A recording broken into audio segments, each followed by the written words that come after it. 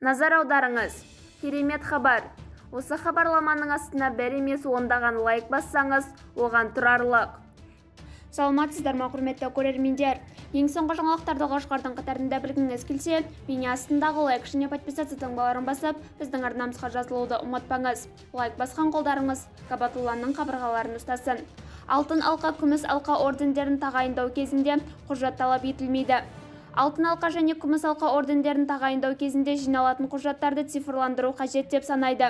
Азаматтарға арналған үкімет мемлекеттік корпорациясы КЕИАК маманы, Ақтөбе облысы Темір аудандық мәслихатының депутаты Хурлиман Нұртуғанова. Халық қалаулысы осы ойын Аманат партиясынан сайланған барлық деңгейдегі мәслихат депутаттарының бірінші республикалық форумында қара цифрлық даму, инновациялық және аэроғарыш өнеркәсібі министрі Бағдат Мусинге жеткізді. Өз кезегінде министр қазір алтын алқа статусын алған аналарға жәрдемақы автоматты түрде тағайындалатынын айтты. Құжат тапсырудан бас тарттық. Балаларыңыздың куәлігі АХАЖ-да тұратын болса, сол жерден алынады. Қыркүйекте біз заңнамаға өзгеріс енгіземіз. Содан кейін құжаттар талап етілмейді, деді ведомство басшысы.